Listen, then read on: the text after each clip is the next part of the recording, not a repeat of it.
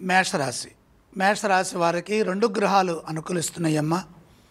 ప్రధానంగా 6వ రాశిలో చంద్రుడు, లాభంలో రాహువు.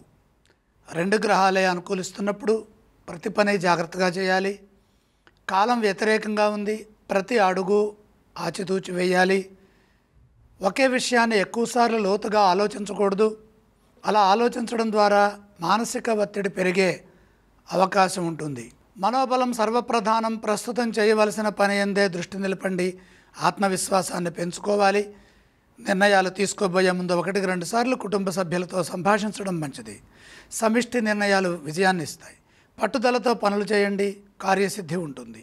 సకాలంలో ఉద్యోగంలో పనిచేయండి, విజయం మీదే.